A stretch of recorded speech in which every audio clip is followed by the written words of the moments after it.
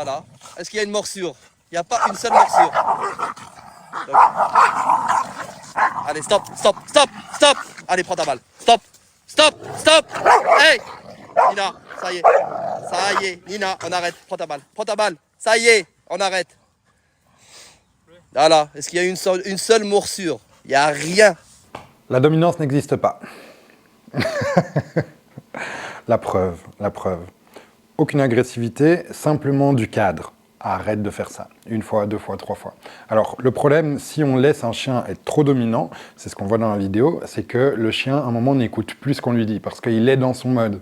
Et donc, c'est pas que le gars est en train de crier « Arrête, arrête, va chercher ta balle » qui fait qu'il s'arrête, c'est parce que le petit bulldog commence à faire « Ok, ça va, j'arrête ».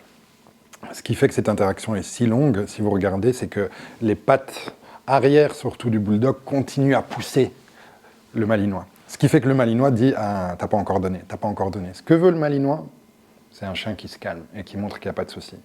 Il essaye 1 fois, il arrête, il revient directement une 2e fois, une 3e fois, mais on voit que l'intensité du bulldog fait ça, jusqu'à ce que ce soit cool et que le malinois puisse retourner jouer. Ce sont des choses qui arrivent, et si on arrive à être très calme et à juste regarder, on voit qu'effectivement il n'y a pas de morsure, simplement du... Et c'est tout. Okay.